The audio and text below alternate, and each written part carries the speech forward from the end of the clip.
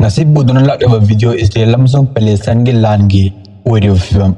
Israel gi mega mission oina Khan Yunis sangkraba matungda Khan Yunis laiba makoi gi hospital sing UN gi refugee camp sing de Israel na hanba leitana nong mai kapcheli amsu thuga yang khaiba tawri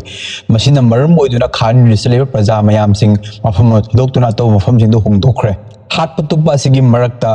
Beirut laiba Hamas ki ambassador oina lairiba Osama Hamdan na wafum ama fongdor ali haibadi karigumba hauzik ICJ court South Africa na pukhalaga case hoknariba asida masigi ruling asibu Israel na ceasefire gi ruling asi torokpa matamda yaba taragadi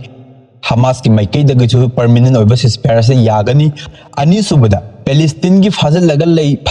lay riba miyoi lising ni pan hen Israel gi jen lay riba singa se thadorakba aduga Palestine na Israel gi oina miyoi chamaga ni fu hen handat ki 7 October hostage oina fazan griba singa se masibu thadokba haibadi hostage exchange tawna ba haibo fam masida Osama Hamdani yaning ba fongdokli masini hoji ki oina lay riba Hamas ki statement 25 January the interim ICJ court ki interim gi hearing ama chathakiba asida South Africa na case sing ngambagi oina ahan ba interim gi sti laikre aduga final hearing gi 26 January ta tawda bani habidi ngasi gi numit asa tawbani aduba ngasi gi oina kanana ngamibra kari hearing kari verdict ta ki bino habido madugi di pau khangba leitri aduga ngarang gi oina 25 January da ahan bagi oina makhogi minor hearing ama tawkhiba se South Africa na case sing ngambagi mayol da lakli aduga Houthi lan migi oina di Houthi army amasung Houthi Yemen gi oina di lana se karigumba mafu hanba leite red chida makoi ne attack tawriba se makoi gi oina mega mission oina tawrani na fongdorok pa laikre haibadi kangfal gi saruk ising gi saruk amasung atia gi saruk maikai ahum dagi oina makoi ne US amasung US ko ally oriba leibak singda lan tawba se makoi na hanba tawroi Israel na Palestine bo hat palle pa matamda katang hangani na makoi ni mega mission attack oina makoi na fongdorok pa laikre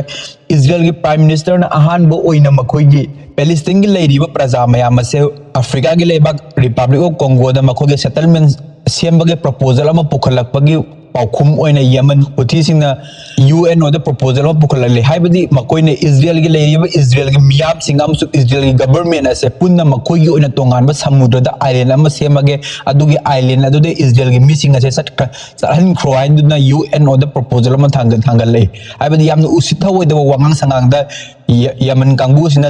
laman kumla iko haibadi Israel na mi usitaba wang pado madudagi hena makoina triple time double time do oina usilakta bagi wahiri iba haibadi Israel na haibasti mi marakta lairuro haibadi ba Palestine kangbu se adubu same case Yemen gi Houthi na hairi sina makoi se mi marakta gi mi gi lamta chataba sagi saram da chatpa kangbu oibani na makoi se mi ga sokna sana ba yatre aduna makoi gi oiba tongan ba samudra gi mayai da island ama semaga makoi tang thang khasina fongdok liko aduga hari ba lana si Middle East atop lebak sina su bam sandore ko sandorak pusigi makhas thabu oina Israel bu yaning da bagi fongdorak pa lebak singa se masing nong magi hengalak iko neto gi lebak amu ore Finland gi makoi gi prime minister amu su makoi gi minister sing na su uji thok liba lana se loishallo na Israel da yaning da wafam sing condemn tawrakli amu su proposal thangalak liko aibadi Israel na hari ba right to self defense se yamna kuiman kre mi hali ba se masing yame lan tawri ba se masina manghali ba se Palestine gi micham sing hat pa amu sung angang sing nupi sing da hat pa amasung hospital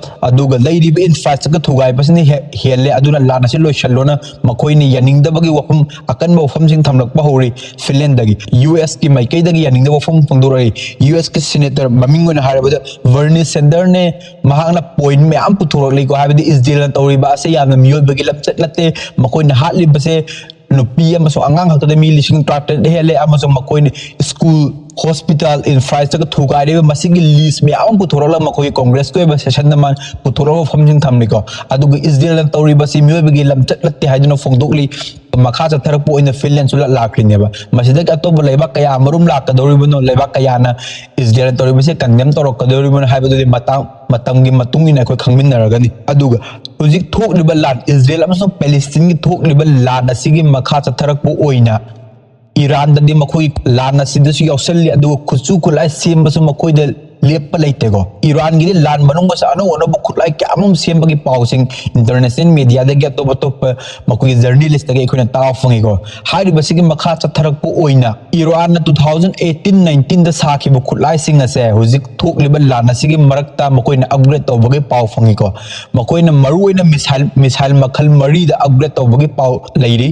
missile ꯃꯈꯜ 4 ꯑꯁꯤꯒꯤ ꯑꯍꯥꯟꯕ ꯃꯤꯁꯥꯏꯜꯒꯤ ꯃꯃꯤꯡ ꯑꯁꯤꯅ ꯃꯈꯣꯏꯅ missile ꯑꯁꯤꯒꯤ ꯃꯃꯤꯡꯁꯦ ꯀꯥꯏꯝ missile ꯑꯅ ꯊꯣꯜꯂꯦꯀꯣ ꯃꯁꯤꯒꯤ ꯑꯁꯥꯟꯕꯒꯤ range ꯑꯁꯤꯅ ꯀꯤꯂꯣꯃꯤꯇꯔ 1,180 ꯃꯨꯛꯅꯤꯀꯣ ꯃꯁꯤꯒꯤ ꯃꯊꯧ ꯑꯁꯤꯅ ꯀꯥꯏꯝ ꯃꯤꯁꯥꯏꯜꯒꯤ ꯃꯊꯧ ꯑꯁꯤꯅ ꯏꯖꯔꯦꯜꯒꯤ ꯂꯩꯔꯤꯕ ꯑꯥꯏꯔꯟ ꯗꯣꯝ ꯑꯁꯦ ꯃꯁꯤ ꯉꯥꯛꯊꯣꯛꯄ ꯉꯝꯅꯕ ꯑꯃꯁꯨꯡ ꯑꯥꯏꯔꯟ ꯗꯣꯝꯗ ꯑꯦꯇꯦꯛ ꯇꯧꯕ ꯉꯝꯅꯕꯒꯤꯗꯃꯛꯇ ꯑꯗꯨꯒ ꯑꯅꯤꯁꯨꯕꯗ ꯃꯈꯣꯏꯅ ꯄꯨꯊꯣꯛꯂꯤꯕ ꯃꯤꯁꯥꯏꯜ ꯑꯁꯤꯒꯤ ꯃꯃꯤꯡꯅ ꯍꯣꯚꯦꯖꯦꯠ ꯃꯤꯁꯥꯏꯜ ꯍꯥꯏꯀꯣ ꯃꯁꯤꯒꯤ ꯃꯊꯧꯅ ꯀꯪꯐꯥꯜꯒꯤ ꯁꯔꯨꯛꯇ ꯑꯦꯇꯦꯛ ꯇꯧꯕ ꯉꯝꯅꯕ ꯑꯍꯨꯝꯁꯨꯕꯗ ꯃꯈꯣꯏꯅ ꯄꯨꯊꯣꯛꯂꯤꯕ ꯑꯁꯤꯒꯤ ꯃꯤꯁꯥꯏꯜ ꯃꯃꯤꯡꯅ ꯀꯃꯟ 12 ꯍꯥꯏꯀꯣ ꯑꯗꯨꯒ ꯃꯁꯤꯒꯤ ꯃꯊꯧꯅ ꯒ꯭ꯔꯥꯎꯟꯗ ꯀꯪꯐꯥꯜꯒꯤ ꯁꯔꯨꯛꯇ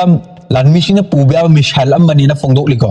ꯑꯗꯨꯒ ꯑꯔꯣꯏꯕꯗ ꯃꯈꯣꯏꯅ ꯑꯞꯒ꯭ꯔꯦꯗ ꯇꯧꯈ꯭ꯔꯤꯕ ꯃꯤꯁꯥꯏꯜ ꯑꯁꯦ ꯃꯁꯤꯒꯤ ꯃꯃꯤꯡꯅ ꯕꯕꯔ 373 ꯃꯤꯁꯥꯏꯜ ꯍꯥꯏꯀꯣ ꯃꯁꯤꯁꯦ ꯔꯁꯤꯌꯥꯅ ꯁꯤꯖꯤꯟꯅꯕ ꯃꯤꯁꯥꯏꯜꯗꯒꯤ ꯃꯈꯣꯏꯅ ꯀꯣꯄꯤ ꯇꯧꯔꯒ ꯁꯥꯕꯅꯤꯀꯣ ꯃꯁꯤꯒꯤ ꯃꯊꯧꯅ ꯁꯨꯟꯗ꯭ꯔꯪꯗ ꯂꯥꯛꯄ ꯈꯨꯠꯁꯨ ꯈꯨꯠꯂꯥꯏꯁꯤꯡ ꯑꯁꯦ ꯃꯁꯤ